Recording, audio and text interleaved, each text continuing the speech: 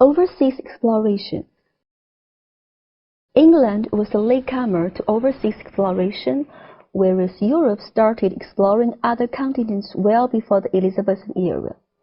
Up until the year 1588, Spain was the most powerful country in the world, ruled vast territories of land, and had unparalleled wealth from the New World, while England was a small country with little wealth, few friends, and many enemies. However, a famous naval campaign in this year radically and immediately altered the fortunes of its two combatants. My loving people! We see the sails of the enemy approaching. We hear the Spanish guns over the water. Soon now, we will meet them face to face. I am resolved in the midst and heat of the battle to live or die amongst you all. While we stand together, no invader shall pass. Let them come with the armies of hell. They will not pass. And when this day of battle is ended, we meet again in heaven, or on the field of victory. In May, the invincible Spanish Armada sent by Philip II of Spain set sail from Lisbon on a mission to secure control of the English Channel.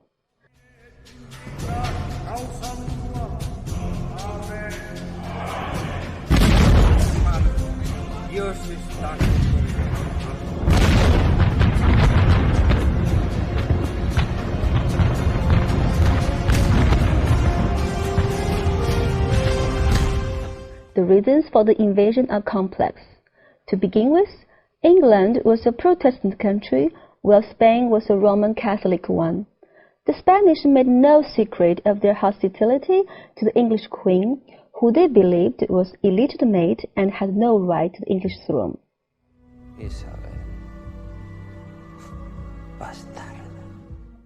Furthermore, Elizabeth herself had encouraged the activities of the English pirates, who plundered Philip's ships as they made their way from the New World, seizing their treasures. The direct trigger would be the execution of the Catholic Mary Stuart, Queen of Scotland, in 1587. You bring news?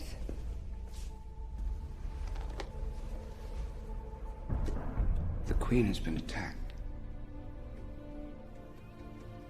The assassin seized.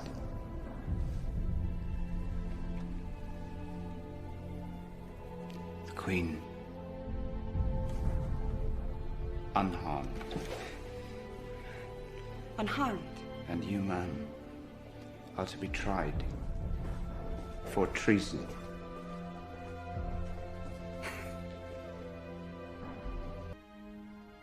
I have given England my life. But she also has my soul. Mary Stuart must die. Must. Mary Stuart must die. Where is it written? Who says so? Have I ordered it? Majesty, this is no time for mercy. Don't preach at me, old man! Look at you. You can hardly stand. Go home to your wife and your bed. The law must have its way. By whose authority do you condemn me? God is my only judge. The law is for common men, not for princes. The law, Your Majesty, is for the protection of your people.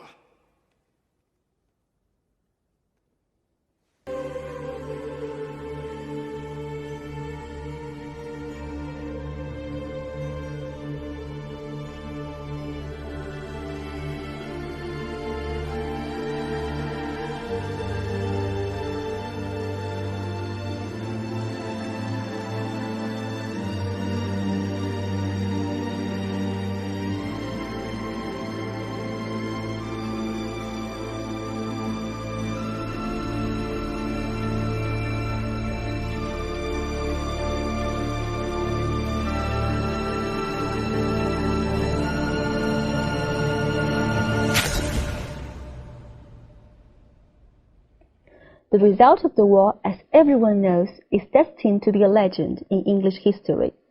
The economically and militarily weaker England foiled the invasion, or perhaps more exactly, bad luck, bad tactics, and bad weather destroyed the Armada. Technically, the Armada failed because Spain's over-complex strategy required coordination between the invasion fleet and the Spanish army on shore.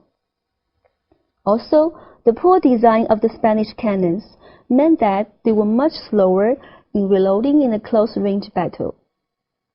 And they received no special help from God. As the Armada was unable to pick up the Spanish army waiting in the Netherlands, they were forced instead to flee northward. Here, the ships ran into a heavy storm, and many ships were sunk and wrecked. This sudden gale, which accelerated the doom of Armada, was also called the Protestant wind.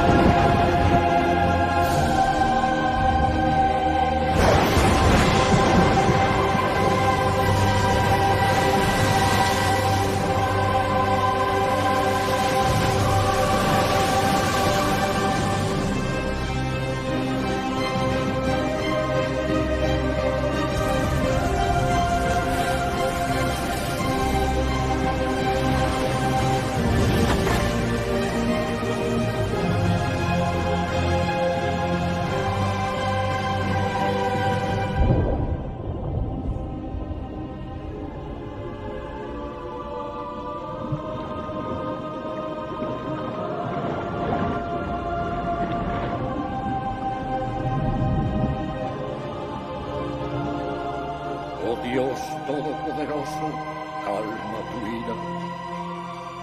Tus vientos han humillado nuestro orgullo, nuestros navíos han sido destrozados, nuestros ejércitos han perecido.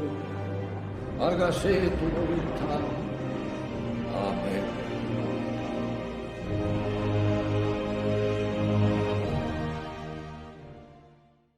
What is the significance of the Anglo-Spanish War?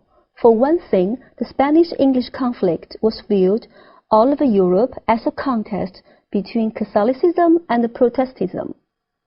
The unlikely victory was viewed by the English as proof of God's support for the Protestant cause and secured the fruit of the English Reformation. For another, the defeat of the Spanish Armada marked the decline of Spain as a world power and the end of the Spanish monopoly in North America. Without Spanish threat on the sea, the English began in earnest to establish their own empires in the world. In 1581, Elizabeth knighted Sir Francis Drake, the first sailor to circumnavigate the globe.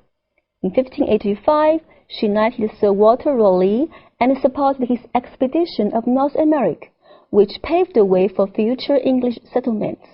In 1600, the Queen chartered the East India Company to share in the East Indian spice trade, which had been the monopoly of Spain and Portugal until the defeat of the Armada.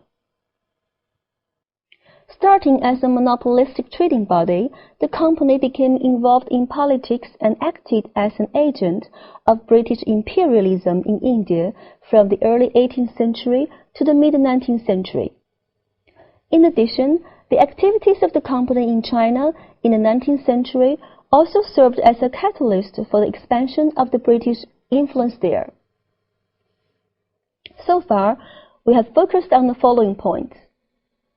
England was a latecomer to overseas exploration compared to Spain and Portugal.